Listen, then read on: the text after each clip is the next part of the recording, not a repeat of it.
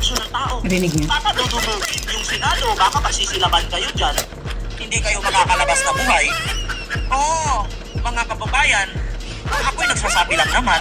Kasi, tandaan ninyo, hindi lahat ng Pilipino pabor sa mga Duterte. Majority galit. Ngayon, pag napatunayan dyan, kasi alam ko, ang impeachment na...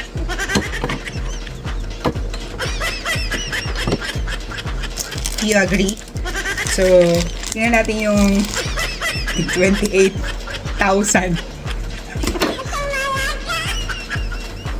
Let's open the light. So,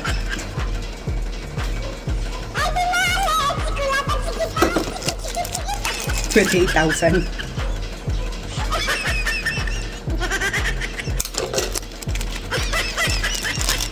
Mahal, no?